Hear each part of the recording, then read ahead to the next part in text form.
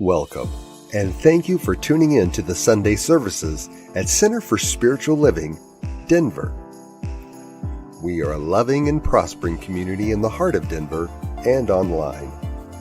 We now conduct hybrid services at the historic Grant Avenue Community Center and Sacred Place, located at 216 South Grant Street, Denver, Colorado.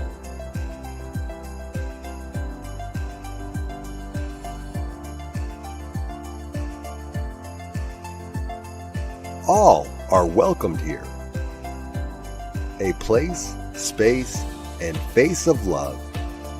We are a spiritual community practicing universal principles that enrich our lives. We are grateful that you have blessed us with your presence. While online, we'd love to know you're watching with us.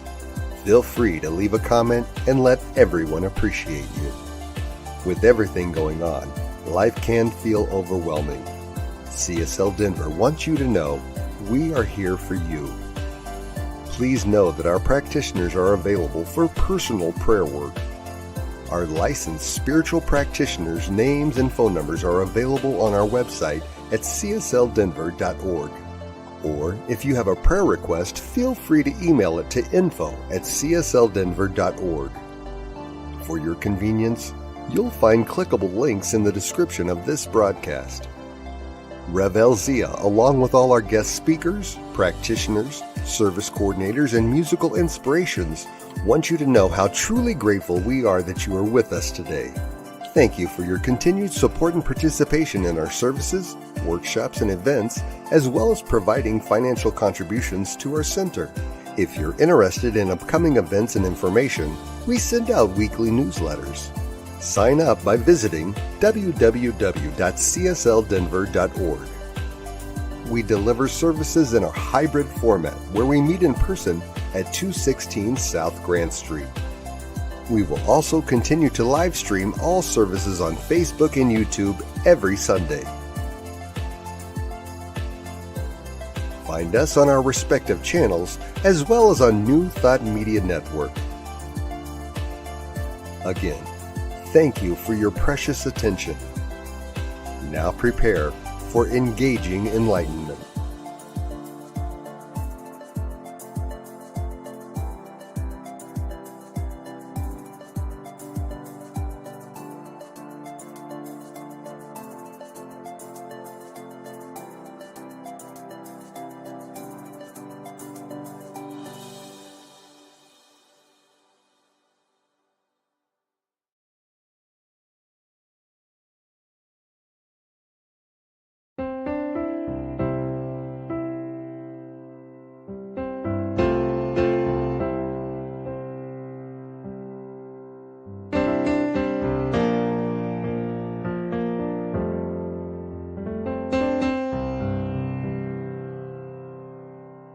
There is a garden where dreams come true,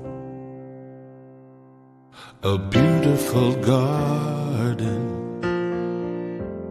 where God's grace blooms.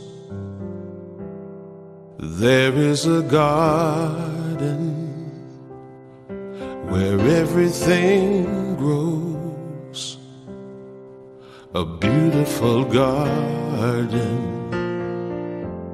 where love is sown.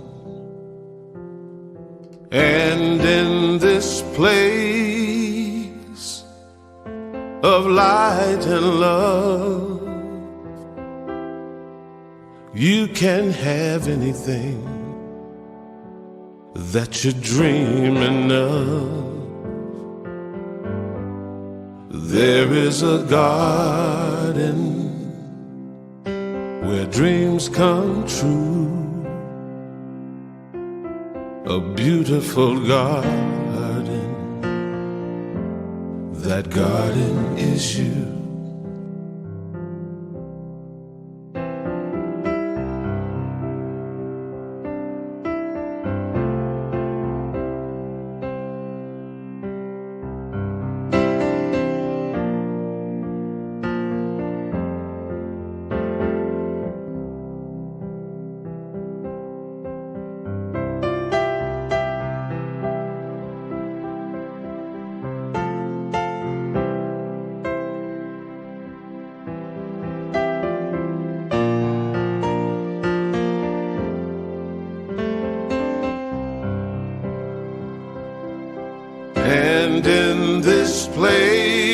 of light and love. You can't have anything that you're dreaming of. There is a garden where dreams come true, a beautiful garden. That garden is you. Such a beautiful garden. That garden is you.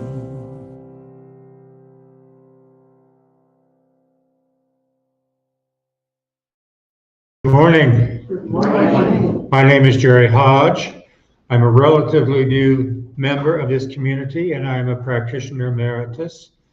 And emeritus basically means I've been a practitioner since so long ago. I can't remember in the last century, but been around for a while. And this morning, the word that kept coming to my mind is grateful. I am grateful for all of you being in this room today. And I am grateful for everyone watching us online today or at some future time. I am grateful for this community, for a community is what we are. We help and support each other in many, many ways, both personally and spiritually. Spiritually, we really support each other. I also am grateful for all our tech crew, the people who make the computers work, the television work. We have challenges, I know sometimes, but it all seems to be working today. So I am grateful that it's all working today. And my note here says that inspirational reading. Well, I thought about this a long time, and what kept coming to my mind is the first thing I ever heard about science of mind, religious science, etc., which must have been in about 1981. And that phrase was, change your thinking, change your life. And it's as relevant today as it was for me anyway, and I think for everyone. That really says it all. Another saying is, if you're not too happy with what you've got, take a look at your attitudes and beliefs. And sometimes looking at your attitudes and beliefs can be difficult, can be painful. And it takes a lot of work to really see what you really believe and what you really are.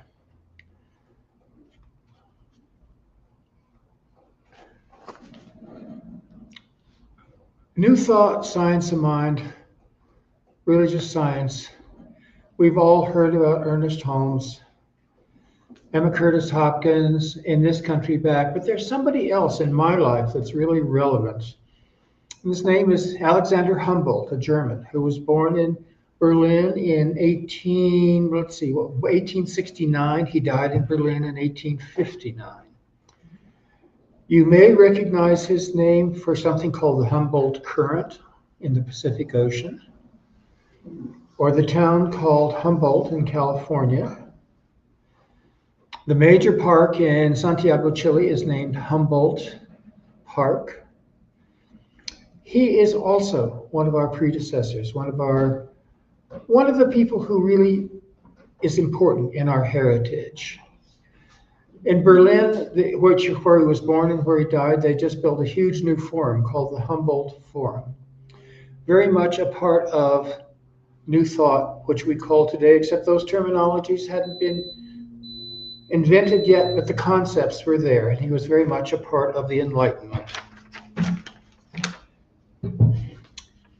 And one of my favorite sayings of his, and a little bit more information. He was in South America for 5 years. He was a bioethnologist, and he got permission for Spain to go in 1800. And when he came back to this country in 1804, he went to visit Thomas Jefferson. And they had a lot in common. And Jefferson said he was the most intelligent and best educated man he'd ever met.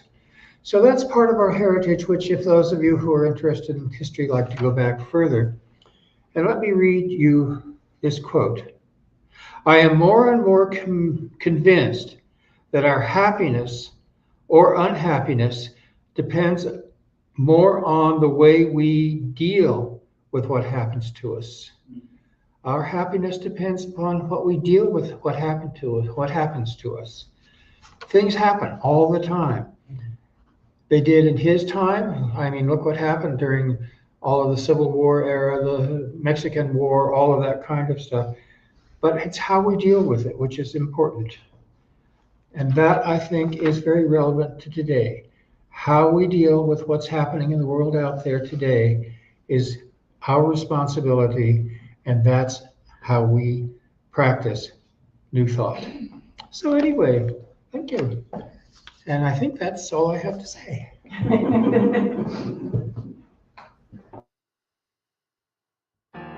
Good morning, CSL Denver. Gary, Lynn, Floyd here with you again. This is a song I wrote with my partner, Danny. It's called Love Cover Me. May it be your prayer this morning. As time has unfolded me, it has revealed to me life's nothing less than sublime. With every thought I make, every last breath I take, may I be gracious and kind. Love, I invite you to open up this heart of mine. Love, cover me, light any darkness. Love, cover me, right every wrong. Cause me to see love over hatred, and guide me to be faithful and strong. Love, cover me. Love, cover me. Kindness wash over me, make me a symphony, play every note you can find. Make me reverberate, gently deactivate, slowly flow out of my mind. Find me a melody, dance and let my anthem be. Love, cover me, light any darkness. Love, cover me, right every wrong. Cause me to see love over hatred, guide me to be faithful and strong. Love, cover me. Love, cover me. Love, cover me. I will not be shaken, I will not be moved. Love, cover me. May my heart awaken and tenderness be proved. Love, cover me. Love, cover me. This is your part. It's really easy. It's just one word. It goes like this. Love, love, love, love. Sing that with me. Just one word. Love, love, love, love. Love, I invite you to open up this heart of mine. Love, cover me, light any darkness. Love, cover me, right every wrong. Cause me to see love over hatred, guide me to be faithful and strong. Love, cover me. Love, cover me. Love, cover me. Love, cover me. And back to your part one more time. Love,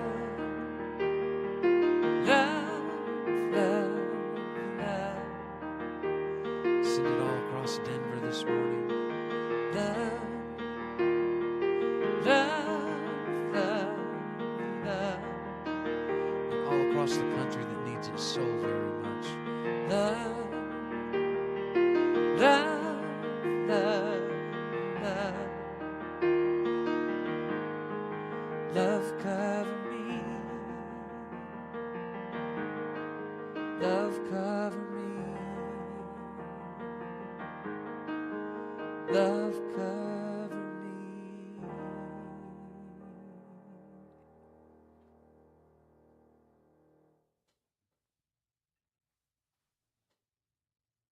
Amazing, amazing, amazing. What great song, what great music to start today and to just move into a place that is grounded and centered in love. So good morning and welcome to CSL Denver, a place, a space, and a face of love, a spiritual community teaching ancient wisdom and utilizing principles to empower our lives and the lives of others. And there's no power greater than love. Just put a little accent there. There's no power greater than love. And so as we begin to step into this month's theme, the bigness of love, the bigness of love, let's just take a moment to go within. Infinite Spirit, the source of all there is. The activating principle of the universe that allows us to be all that we are. May every word and thought today move us in the direction of clarity. May every word spoken move us closer to the truth. And may every action we take cause us to open our hearts to the power of love. We affirm that we stand in a current of infinite possibilities, moving us in ways that are not always known. But from this awareness and for this awareness, we are grateful. We are grateful that you are here. We are grateful for this life, and we are grateful to have this moment in time to reflect on love. And so I release, I let go, and I know that it is so, and so it is. Amen. And so as we step into this month's idea, this theme of the power, the bigness of love, today we want to look at this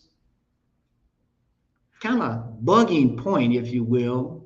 What if we have been negligent in allowing the bigness of love? What if we allowed love to be something other than what it truly is? And so I want to start this morning with this question. Have we taken one of the most vast, cosmic, inexhaustible realities of the universe and folded it down into a greeting card? Folded it down to a greeting card. Because you see, we live in a world that we've been cultured by song, by movies, by stories, by all things in our culture that teaches us love is an emotion. That love is an emotion. Now, there's nothing wrong with that. Nothing wrong with that. That is an aspect of love. And if we go to scripture, we find that love is expressed in many different ways. There's agape love and there's true love and all these different aspects of love. But one thing I think has happened based on how we've been cultured to understand love is that we look at love as a reward for good behavior. We look at love as I'll give it to you when you give it to me. Conditional, by the way, just to make that point clear, conditional love.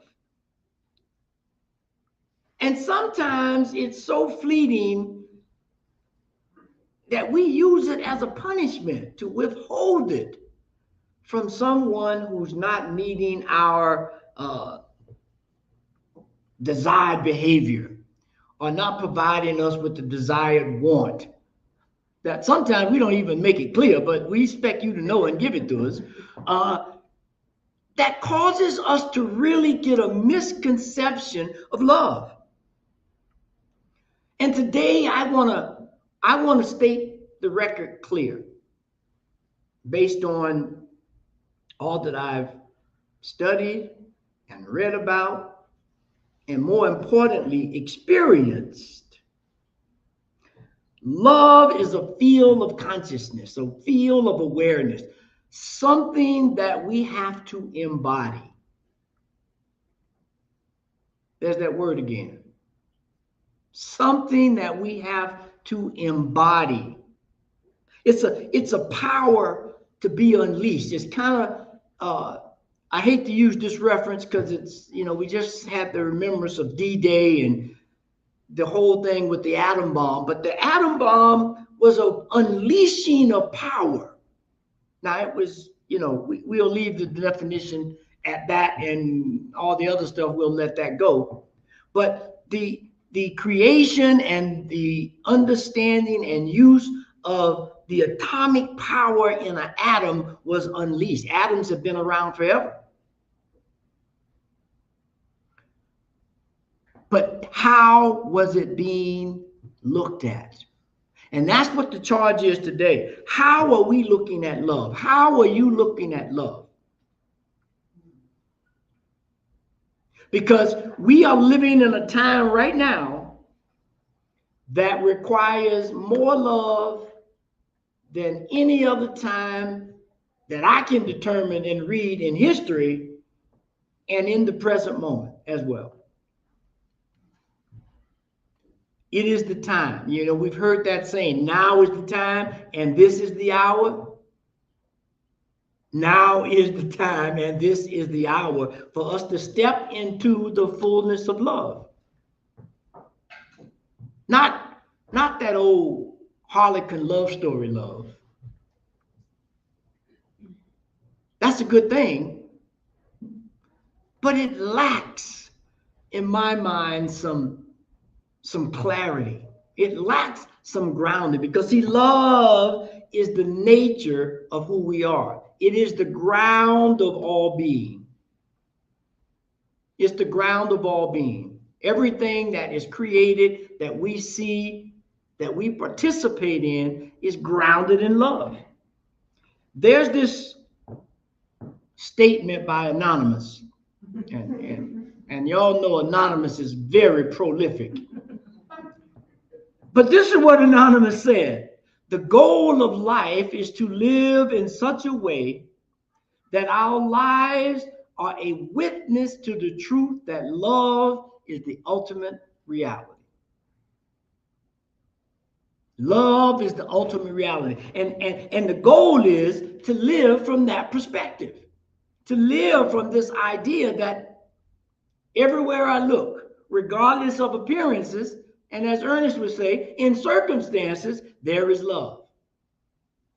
We can't allow conditions and circumstances to color, to shape, to give us the impetus to embrace and to use and to express this thing called love. So when we look at love, we must look at it from a larger vision, from a bigger perspective. Ernest taught this. Ernest said, love is not separate from law. Love gives direction. Law gives the method. It's kind of like that splitting of the atom. There was a law present,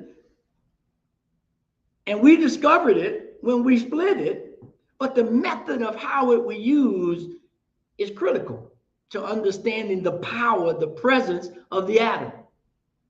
It's the same thing with love. Jesus taught this.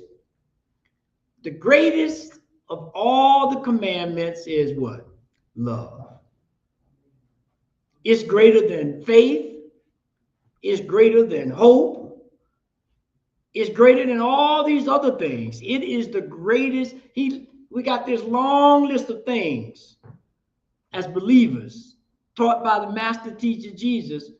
But he said, basically, look, let's just sit down and I'm going to tell you a story. If there's nothing that you don't remember, that's okay. Just remember this. Love is the biggest commandment because love is all there is. And if I can step into that, these other things, faith and hope and charity and all those things will come forth.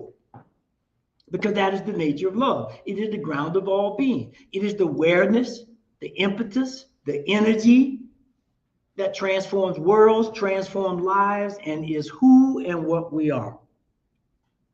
The ancient teachers, the ancient ones, I love what they said. They said this: love is the harmonizing power of the entire universe. It is, and so when we look at the definition of love, if you bring that back up, what is love? Love is the power of connection that recognizes, values, and honors the sacredness in all things. It is a field of consciousness that binds, harmonizes, and organizes the entire universe. It is the force that transforms all things, the ground of all being that honors life in all its forms. In all its forms. You know, there's a religion called Jainism. I don't know if you've heard of that. And they take that statement of all life and honor and love very, very, very, do I say very, very, very serious, because they will not kill a living thing. If a mosquito is biting them, they won't kill it. That is now some people might say, well, wait a minute. I've been bit by 1 or 2 mosquitoes and they leave big scratches. I think I might have to hit it.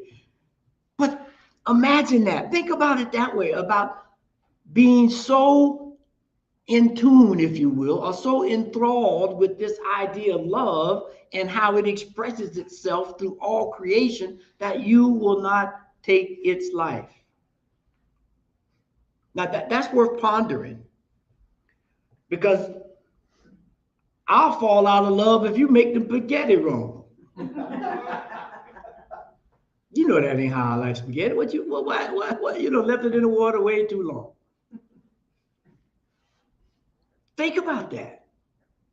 Because if love is the ground of all we're being, and we're really trying to live in a world as we teach that works for all things, for everything, we have to reconsider how we've been looking at love. Is there more to love than we've been led on to be? Is there more to love than my little myopic view of it? For my own selfish reasons, for my own gain, for my own satisfaction? That's worth pondering. That's worth pondering. And so this morning, our task is for us to look at this thing called love. I'll say dissected, but I don't like that, because that means I had to kill it if I dissect it, don't it? All right, so I got to find another word. But for the moment, we're going to look at how do we understand love as this power, this force that allows us to be all that we can be. To be all that we can be. And how it works, as they say, in mysterious ways. In mysterious ways. Now, how many of you, and you don't have to raise your hand, but just raise it in your mind, how many of you have listened to a sad song and it made you feel love? For whatever reason. Now, everyday wisdom would tell you, if I'm listening to a sad song, I need to be crying or mad or something other than feeling love. But it shows that love is everywhere and in everything. It's a matter of how we look at it. It's a matter of how we perceive it. It's this idea, if our vision is larger, And as one of my greatest teachers, Alan Watts, would say, we have to look at life, we have to look at love, we have to look at everything in an oscillating moment. We have to look at the micro, the macro, and the current moment called now. And at each perspective, at each joint in the road, there's a different thing that we see that is absolutely true, but is at the same time absolutely false. If I'm looking at it at the micro level, I can see all of the little things, whether they're cells or atoms or pixels, whatever it is, I see it at that level. And if I get stuck there and start declaring everything as these little small things, I would be right and absolutely wrong. If I look at it at the macro level, I can see how those small things come together to make this bigger thing. And it has agency, but at the same time, it's also these little small things. And if I look at it right where I am now, whether I'm feeling happy or sad or angry or challenged, it's right there as this ability to step in at any of those points and anywhere in between to understand and find love regardless of whatever is going on. As Ernest said, beyond conditions and circumstances. Beyond that. You know, that Rumi says there's a field out there beyond. I'm going to meet you out there where I don't get caught up in all these judgments and all these preferences. I'm going to step out there where it is the ground of all being. So the first thing that we need to embrace in terms of a tool for what love is not a feeling. It is the nature of being itself. Love is the soul. Bring that back up. Yeah, the soul. This is a quote by Ernest Holmes that says, "Love is the sole impulse for creation, and the person who does not have it as the greatest incentive in their life has never developed the real creative instinct. No one can swing out into the universe without love, for the whole universe is based on it." Now, when I found that quote, I was like, ooh, I don't know what to do with that. Because I've been taught that creativity and nature is a fickle thing. It's fleeting. It's not something that we can necessarily put our hand on or feel or lean into. But when we look at it in this light of creativity,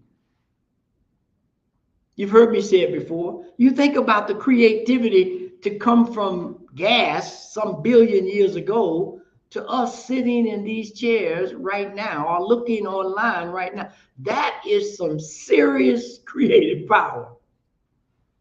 To go from a gas to thinking, loving, caring beings. So somewhere in that gas, that love had to be there. And if everything else transpired and was transformed from that, guess what? Just like it says, God is love and we are God in action. So love is at our core.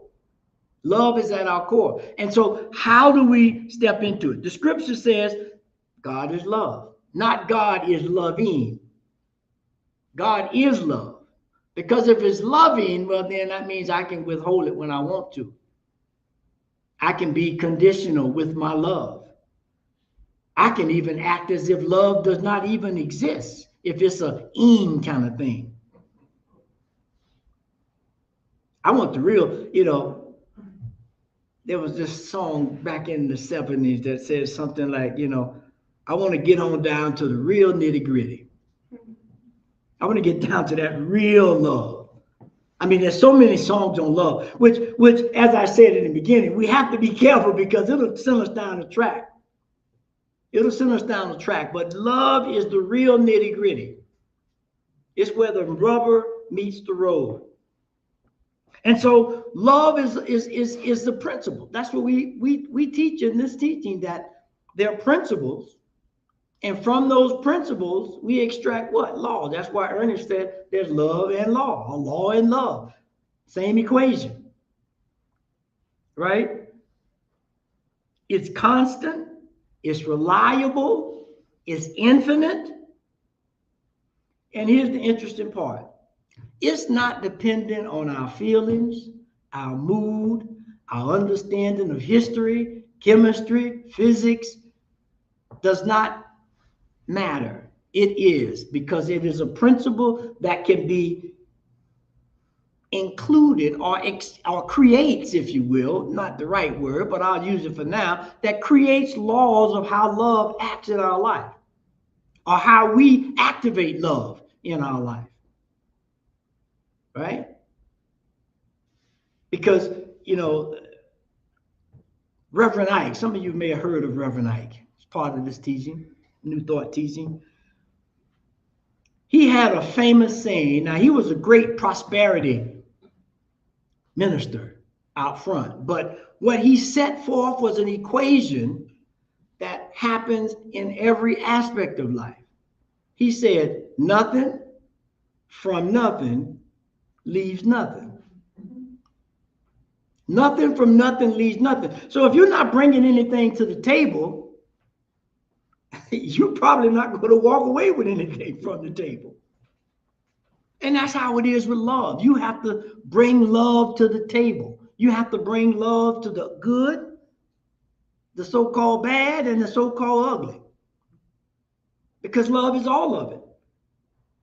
It's a perspective. It's an impetus. It's a creative force that allows us to move beyond what is in our mind of condition and circumstances. Because we know what is love. So the second thing is this. Love has no conditions. We do.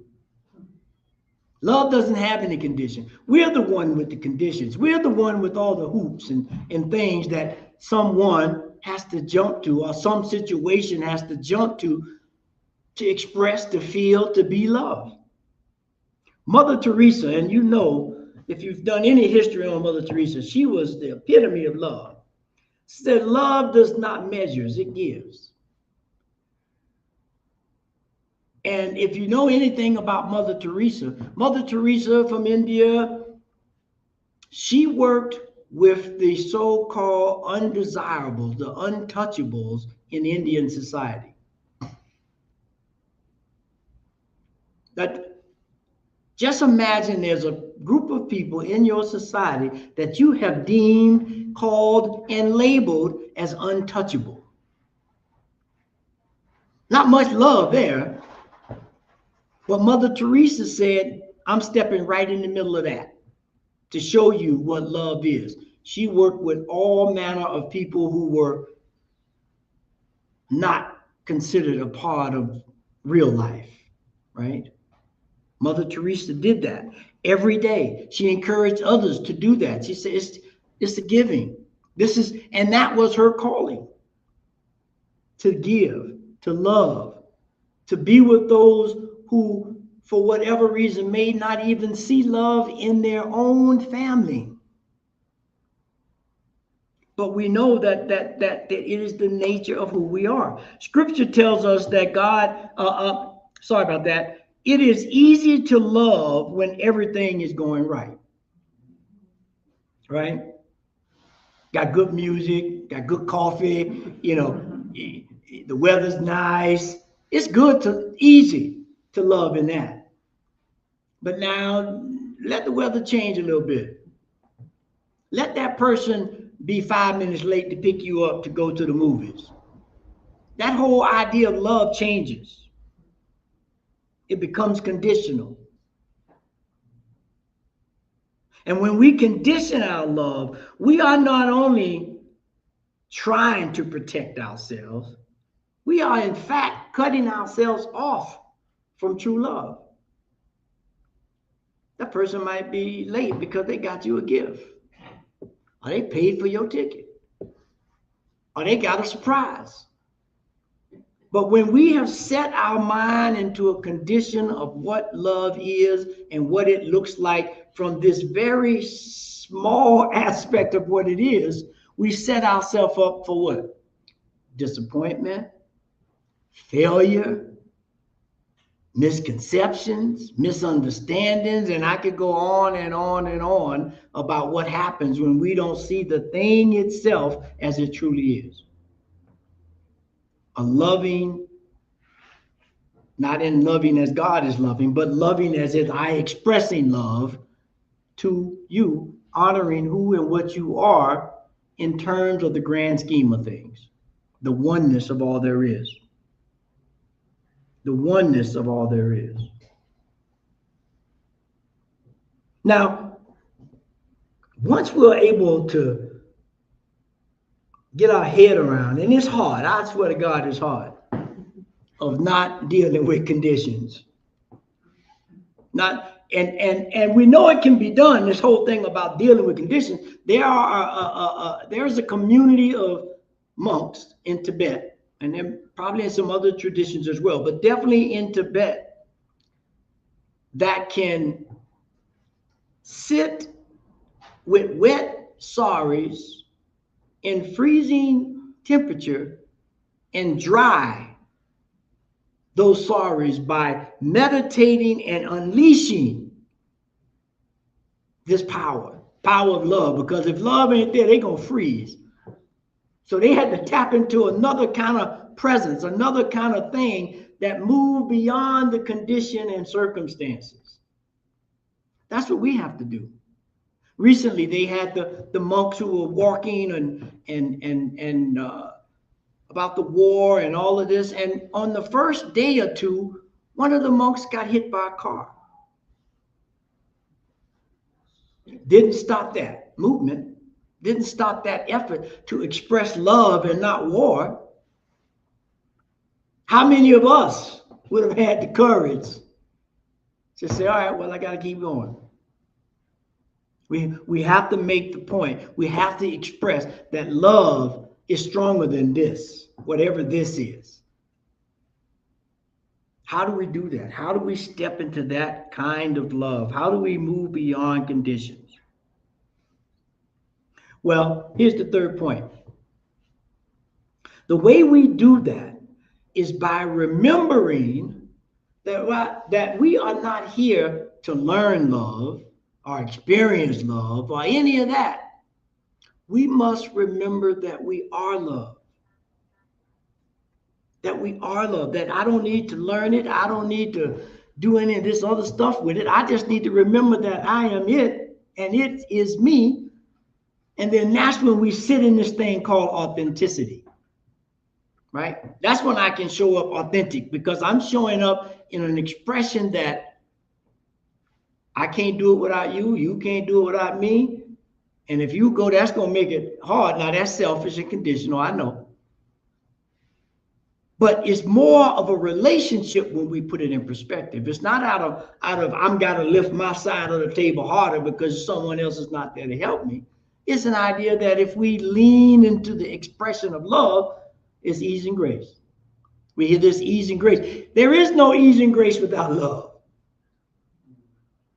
When someone say ease and grace, they're basically, in my mind, saying, I'm coming here and leaning into love. That's why it's easy.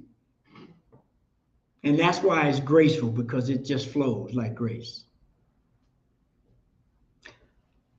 Howard Thurman, one of the mentors of Martin Luther King, and you've heard me say this before, but it's so appropriate today, I think, that says, there is something in everyone that waits and listens for the sound of the genuine, the authentic, the love in yourself.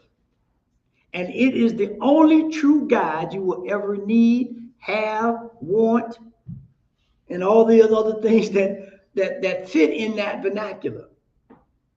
The genuine within you, that genuine within you is love. It's love.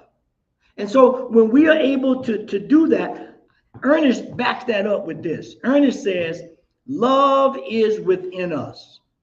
It cannot be destroyed.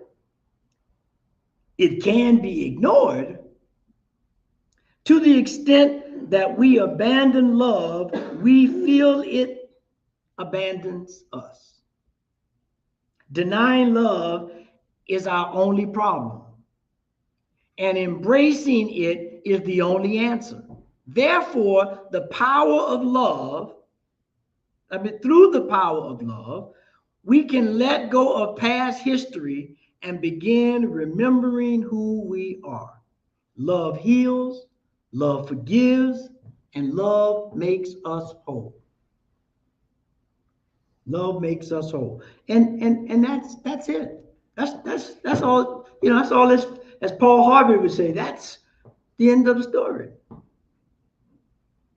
But to give you a story, just to make it clear, a little short story, there was a man who lived on a hill, and he had just one small window in his little cottage.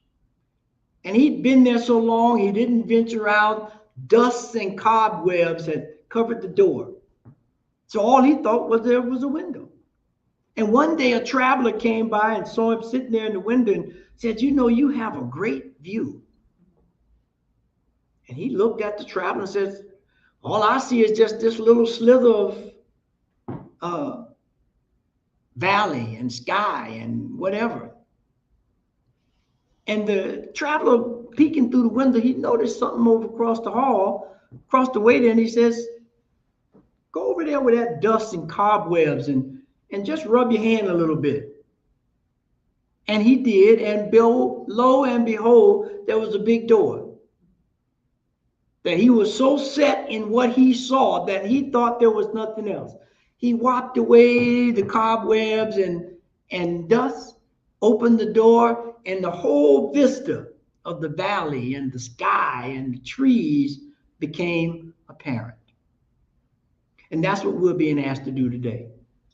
Let's wipe away the cobwebs and the dust on all the places that we've sealed up or forgot about that represents the true nature of love, so that we don't look at it from this small window perspective.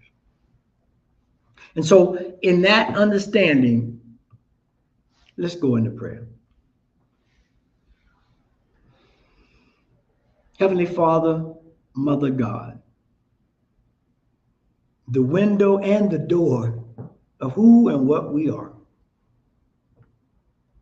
That ability to see and to walk freely in a way that expresses the creative power, the genuine love, the ground of all being in everything we do. Allowing the presence of God to be the light of my life, to be the guiding point of what I do, what I say, and how I respond in any given situation. Understanding that this idea of God and love is bigger than I ever thought it could be, would be, or actually is. And so as I grow into, remember who I am, I begin to express myself in a different way. I begin to look at situations in a different way. I begin to look at moments in time where I have fallen short of standing in the power and presence of love. But today I have opened my eyes, and I've opened the windows and the doors to allow the light and wind of love to blow through and blow out all those things that no longer belong. Because as we begin to remember who we are, we express love in everything we do, in all ways, at all times, and do it with a smile. Because we know, as Jerry said in the beginning, the attitude helps us reveal the truth. And the actions that we move in allow it to be expressed. And so we change our attitude, our mind, our expression of love today by giving it freely, unconditionally, and knowing that it is the essence of who I am and who you are and who we are. And so I give thanks for this idea, this moment, this understanding.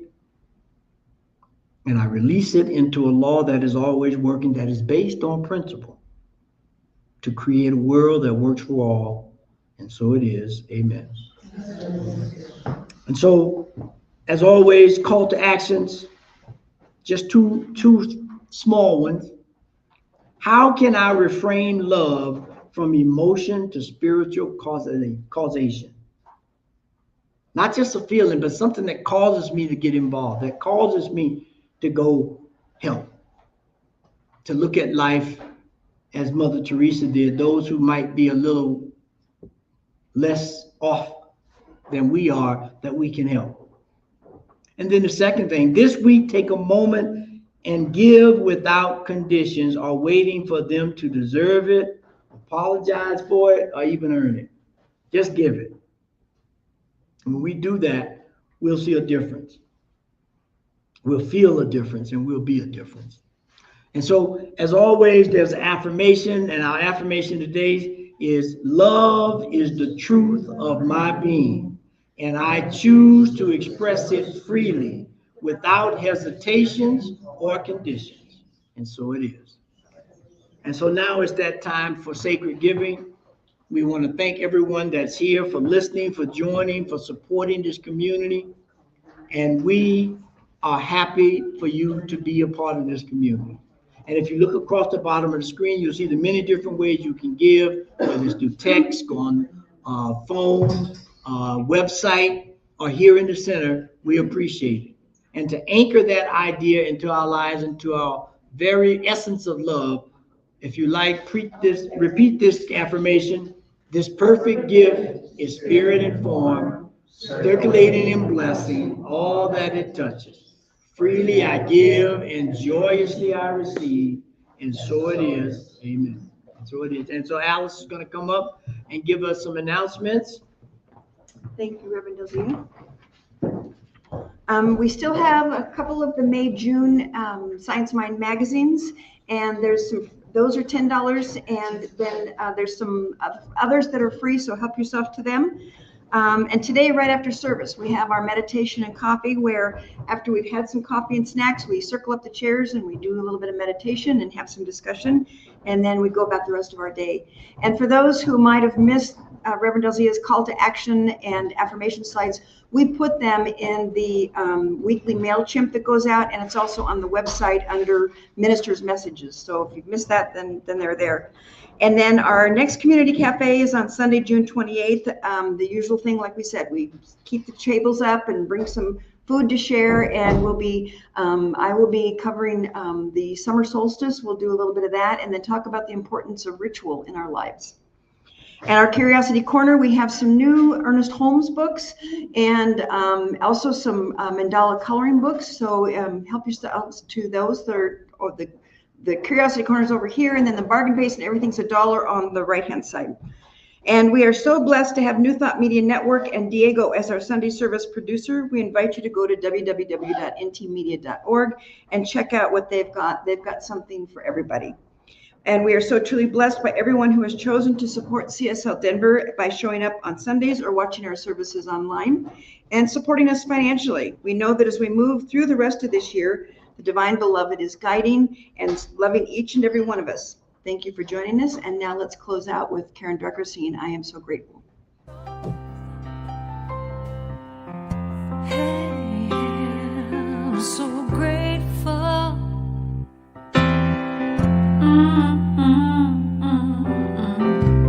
I'm so grateful.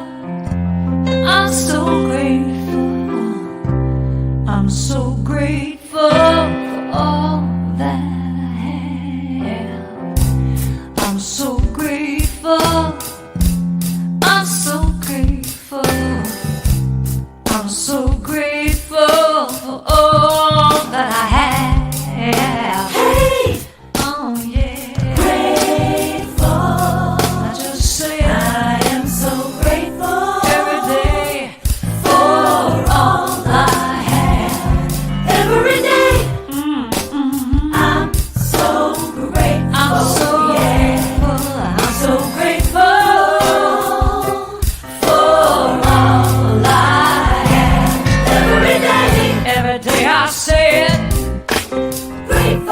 how I'm grateful every day. Oh yeah, I am so grateful. Oh yeah, so grateful. 'Cause I accept and I receive. I am so grateful. Oh yes, I am. I am so grateful. Hey, grateful. I just